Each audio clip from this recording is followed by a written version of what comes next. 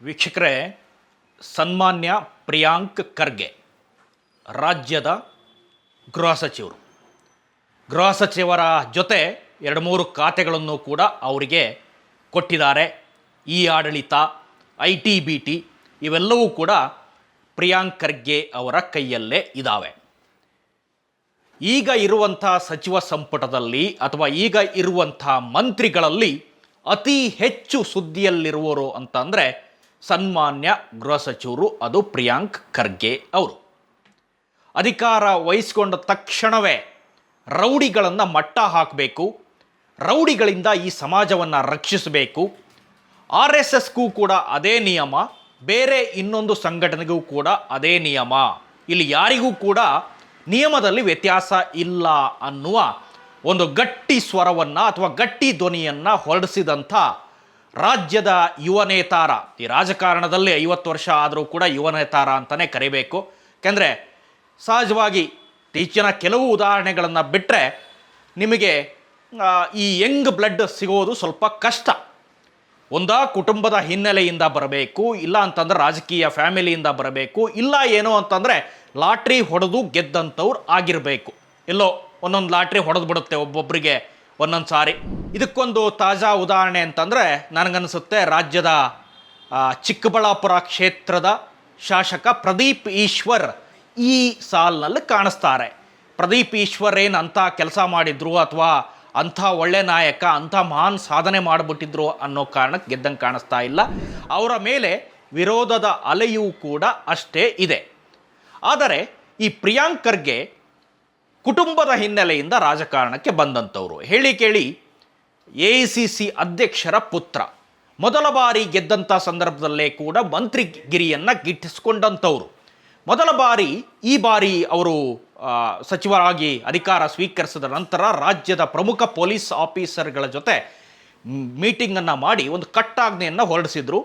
ಏನಂತ ಅಂದರೆ ರೌಡಿಗಳನ್ನು ಮಟ್ಟ ಹಾಕಿ, ಅಥವಾ ರೌಡಿಗಳ ಜೊತೆ ಕೈ ಜೋಡಿಸುವ ಪೊಲೀಸರನ್ನು ಕೂಡ ಮಟ್ಟ ಹಾಕಿ, ಪೊಲೀಸ್ ಆಫೀಸರನ್ನು ಕೂಡ ಮಟ್ಟ ಹಾಕಿ ಅನ್ನುವ ಸೂಚನೆಯನ್ನು ನೀಡಿದರು. ಸೊ ಈಗ ಮತ್ತೆ ಅದೇ ಪ್ರಶ್ನೆ ಉದ್ಭವ ಆಯಿತು.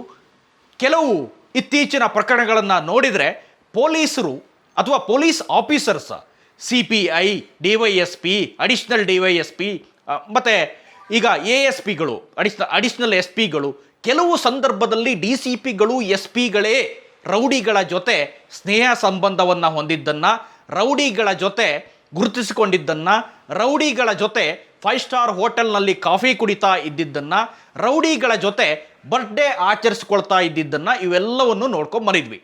ಮಾಧ್ಯಮಗಳು ಇವತ್ತು ಬೆಳಗ್ಗೆ ಬಂದಂಥ ಗೃಹ ಸಚಿವರಿಗೆ ಒಂದು ಪ್ರಶ್ನೆ ಕೇಳಿದರು. ಮಾನ್ಯ ಗೃಹ ಸಚಿವರೇ, ಬೆಂಗಳೂರಲ್ಲಿ ರೌಡಿ ಆ್ಯಕ್ಟಿವಿಟಿಗಳಲ್ಲಿ ಗುರುತಿಸಿಕೊಂಡಂತಹ ಪೊಲೀಸರನ್ನ ನೀವು ಗಮನಿಸಿರಬಹುದು. ಪೊಲೀಸರೇ ರೌಡಿಗಳ ಜೊತೆ ರೌಡಿಗಳಾಗಿ ವರ್ತಿಸ್ತಾ ಇದ್ದಾರೆ, ರಿಯಲ್ ಎಸ್ಟೇಟ್ ವ್ಯವಹಾರಗಳಲ್ಲಿ ಬ್ಯುಸಿ ಆಗ್ತಾ ಇದ್ದಾರೆ.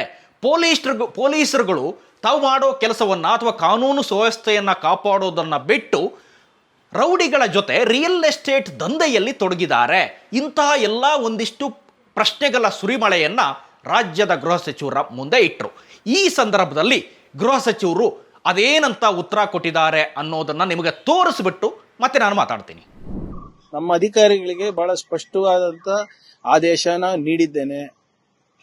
ನಮ್ಮ ಅಧಿಕಾರಿಗಳು ಈ ರೌಡಿ ಶೀಟರ್ಸ್ ಜೊತೆ ಊಟ ಮಾಡೋದು, ಕೇಕ್ ಕಟ್ ಮಾಡೋದು, ಅವ್ರ ಜೊತೆ ಕುಣದ್ ಕುಪ್ಪಳಿಸೋದು ಅವೆಲ್ಲ ಮಾಡಿದ್ರೆ I will take extremely serious action. ಬೇರೆ ಯಾರೋ ರಾಜಕಾರಣಿ ಏನೇನ್ ಮಾಡ್ತಾರೆ ವೈಯಕ್ತಿಕ, ಅದಕ್ಕೆ ನಮ್ಗೆ ಸಂಬಂಧ ಇಲ್ಲ. ನಮ್ಮ ಅಧಿಕಾರಿಗಳಿಗೆ ಆಗ್ಲೇ ಮೊದಲೇ ಮೀಟಿಂಗ್ ನಲ್ಲೇ ಸೂಚನೆ ಕೊಟ್ಟಿದ್ದಾರೆ. ಯಾರಿಗೆ ನೀವು ಒಳಗೆ ಹಾಕ್ಬೇಕು, ನೀವು ಅವ್ರ ಜೊತೆನೆ ಅವ್ರ ಹುಟ್ಟಹಬ್ಬ ಆಚರಣೆ ಮಾಡೋದು, ಅವ್ರ ಜೊತೆ ಕುತ್ಕೊಂಡು ಊಟ ಮಾಡೋದು, ಸೌಹಾರ್ದತೆ ಬೆಳೆಸಕ್ಕಂತ ಕೆಲವು ಅಧಿಕಾರಿಗಳು ಹೇಳ್ತಾರೆ. ಈ ರೀತಿ ನಾವು ಬೆಳೆಸೋದು ಸೌಹಾರ್ದತೆ ಯಾರ ಜೊತೆ? ಯಾರು ಸಮಾಜದಲ್ಲಿ ಶಾಂತಿಯನ್ನ ಕದಲ್ತಾ ಇದ್ದಾರೆ. ಸೊ ನಮ್ಮ ಇಲಾಖೆ ಸಂಬಂಧಪಟ್ಟಾಗೆ yes we will take action if there is anything. ಮಿಕ್ಕಿದ ಯಾರು MLA ಯಾರ ಜೊತೆ ಇರ್ತಾರೆ ಅದು ನಮ್ಮ ಸಂಬಂಧ ಇಲ್ಲ. ಎಸ್, ಇದು ರಾಜ್ಯದ ಗೃಹ ಸಚಿವರ ಖಡಕ್ ಎಚ್ಚರಿಕೆ. ಪೊಲೀಸರೇ ಹುಷಾರಾಗಿರಿ, ರಾಜ್ಯದ ಆಫೀಸರ್ಗಳೇ ಅಥವಾ ಪೊಲೀಸ್ ಅಧಿಕಾರಿಗಳೇ ಹುಷಾರಾಗಿರಿ. ರೌಡಿಗಳ ಜೊತೆ ನೀವು ಕಾಣಿಸ್ಕೊಂಡ್ರೆ ನಿಮ್ಮನ್ನು ಸುಮ್ಮನೆ ಬಿಡಲ್ಲ. ರೌಡಿಗಳ ಜೊತೆ ಬರ್ಡೇ ಆಚರಿಸ್ಕೊಂಡ್ರೆ ನಿಮ್ಮನ್ನೇ ಸುಮ್ಮನೆ ಬಿಡಲ್ಲ, ರೌಡಿಗಳ ಜೊತೆ ಕುಣಿದಾಡಿದ್ರೆ ನಿಮ್ಮನ್ನು ನಾನು ಕುಣಿಸ್ತೀನಿ ಅನ್ನೋ ಮಾತನ್ನು ರಾಜ್ಯದ ಗೃಹ ಸಚಿವರು ಹೇಳಿದ್ದಾರೆ. ಪೊಲೀಸರಿಗೆ ಒಂದು ಖಡಕ್ ಎಚ್ಚರಿಕೆಯನ್ನು ರವಾನಿಸಿದ್ದಾರೆ. ಹೇಳಿ ಕೇಳಿ ಬೇರೆ ರಾಜ್ಯಾದ್ಯಂತ ಇರುವ ಪೊಲೀಸ್ ಆಫೀಸರ್ಗಳಿಗಿಂತ ಈ ಬೆಂಗಳೂರಿಗೆ ಬರುವ ಕುಳಗಳು ಅಥವಾ ಬೆಂಗಳೂರಿಗೆ ಬರುವ ಆಫೀಸರ್ಗಳು ಒಂದು ಹಿಡಿ ಜಾಸ್ತಿನೇ ಲಂಚ ಕೊಟ್ಟು ಬಂದಿರ್ತಾರೆ, ಹಣವನ್ನು ಕೊಟ್ಟು ಬಂದಿರ್ತಾರೆ, ಆಮಿಷದಿಂದ ಬಂದಿರ್ತಾರೆ, ಇಂಪ್ಲೂಯೆನ್ಸಿಂದ ಬಂದಿರ್ತಾರೆ. ಬೆಂಗಳೂರು ಅನ್ನೋದು ದುಡ್ಡು ಮಾಡೋದಕ್ಕೆ ಒಂದು ಒಳ್ಳೆ ಖಜಾನೆ ಅಂದ್ಕೊಂಡು ಬಂದಿರ್ತಾರೆ. ಹಾಗಾಗಿನೇ ಬೆಂಗಳೂರಲ್ಲಿ ರಿಯಲ್ ಎಸ್ಟೇಟ್ಗೆ ಚಿನ್ನದ ಬೆಲೆ ಇದೆ. ಇಲ್ಲೇನಾದರೂ ಒಂದು ವ್ಯವಹಾರ ಸೆಟ್ಲ್ ಮಾಡ್ಕೊಂಡಿದ್ರೆ ಅವನ ಲೈಫ್ ಸೆಟ್ಲ್ ಆಗುತ್ತೆ ಅನ್ನೋದು ಪೊಲೀಸರ ಒಂದಿಷ್ಟು ಕೆಲವರ, ಎಲ್ಲರೂ ಹೇಳ್ತಾ ಇಲ್ಲ, ನಾನು ಎಲ್ಲರನ್ನೂ ಇದೇ ತಕ್ಕಡೆಯಲ್ಲಿ ಇಟ್ಟು ತೂಕ ಮಾಡಿದರೆ ಅದು ಬಹುಶಃ ತಪ್ಪಾಗುತ್ತೆ. ಈ ರಾಜ್ಯದಲ್ಲಿ ಬಹಳ ದಕ್ಷರಾದಂತಹ, ಬಹಳ ಚಾಣಾಕ್ಷರಾದಂತಹ, ಬಹಳ ಮುಂದಾಲೋಚನೆಯನ್ನು ಹೊಂದಿರೋದಂತಹ ಮತ್ತು ಈ ಸಮಾಜವನ್ನು ರಕ್ಷಿಸಬೇಕು ಅಂದ್ಕೊಂಡೇ ಅಧಿಕಾರವನ್ನು ಸ್ವೀಕಾರ ಮಾಡದಂಥ ಎಷ್ಟೋ ಆಫೀಸರ್ಗಳು ನಮ್ಮ ಕಣ್ಣು ಮುಂದೆ ನಿಲ್ತಾರೆ. ಎಲ್ಲರನ್ನೂ ಕೂಡ ಒಂದೇ ತಕ್ಕಡಿಯಲ್ಲಿ ಇಟ್ಟು ತೂಕ ಮಾಡೋದು ಬಹಳ ಅದು ಅಸಮಂಜಸ ಅಥವಾ ಸಮಂಜಸ ಅಲ್ಲ ಅನ್ನೋದನ್ನು ಹೇಳ್ತಾ, ಈ ಹಿಂದಿನ ಒಂದಿಷ್ಟು ಉದಾಹರಣೆಗಳನ್ನು ನೋಡಿದ್ರೆ ಕೆಲವು ಆಫೀಸರ್ಗಳಿಂದ ಇಂಥ ಕಪ್ಪು ಚುಕ್ಕೆ ಬರ್ತಾ ಇದೆ ಅನ್ನೋದನ್ನು ಕೂಡ ಹೇಳ್ತಾ, ಇಂಥ ಆಫೀಸರ್ಗಳು ಎಚ್ಚರಿಕೆಯಿಂದ ಇರಬೇಕು, ಇದು ನಿಮಗೆ ಎಚ್ಚರಿಕೆ ಗಂಟೆ ಅನ್ನೋದನ್ನು ರಾಜ್ಯದ ಗೃಹ ಸಚಿವರು ಕೊಟ್ಟಿದ್ದಾರೆ ಅಥವಾ ಗೃಹ ಸಚಿವರು ಈ ಎಚ್ಚರಿಕೆಯನ್ನು ಕೊಟ್ಟಿದ್ದಾರೆ. ಕೆಲವೇ ಮಂದಿ ಮಿನಿಸ್ಟರ್ ಈ ರೀತಿ ಆ್ಯಕ್ಟಿವ್ ಆಗಿದ್ದನ್ನು ನಾವು ಗಮನಿಸ್ತೀವಿ.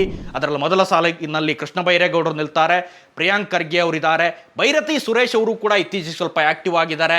ಒಂದಿಷ್ಟು ಬಸ್ನಲ್ಲೆಲ್ಲ ಸುತ್ತಾಟ ಮಾಡಿ ಕಂಡಕ್ಟರ್ಗಳನ್ನೆಲ್ಲ ಸಸ್ಪೆಂಡ್ ಮಾಡಿದ್ದಾರೆ ಅಥವಾ ಸಸ್ಪೆನ್ಷನ್ಗೆ ಆದೇಶವನ್ನು ಕೊಟ್ಟಿದ್ದಾರೆ. ಅದರ ನಡುವೆ ಆರೋಗ್ಯ ಇಲಾಖೆಯಲ್ಲಿ UT ಖಾದರ್ ಒಂದಿಷ್ಟು ಈ ಥರದ ಒಳ್ಳೆಯ ಕೆಲಸವನ್ನು ಮಾಡ್ತಾ ಇರುವಂತೆ ಕಾಣಿಸ್ತಾ ಇದೆ. ಇದಿಷ್ಟು ಈ ಕ್ಷಣದ ಅಪ್ಡೇಟ್ಸ್. ಇಂಥದ್ದೇ ಮತ್ತಷ್ಟು ಕಂಟೆಂಟ್ಗಾಗಿ ನೋಡ್ತಾ ಇರಿ ಸುಮನ್ TV ಕನ್ನಡ. ಹಾಗೆಯೇ ನೀವೇನಾದರೂ ನಮ್ಮ ಚಾನಲನ್ನು ಸಬ್ಸ್ಕ್ರೈಬ್ ಮಾಡಿಲ್ಲ ಅಂತಾದರೆ ದಯವಿಟ್ಟು ಈ ಕೂಡಲೇ ಸಬ್ಸ್ಕ್ರೈಬ್ ಮಾಡಿ, ಶೇರ್ ಮಾಡಿ, ಲೈಕ್ ಮಾಡಿ ಮತ್ತು ಕಮೆಂಟ್ ಮಾಡೋದನ್ನು ಮರಿಬೇಡಿ. Thank you.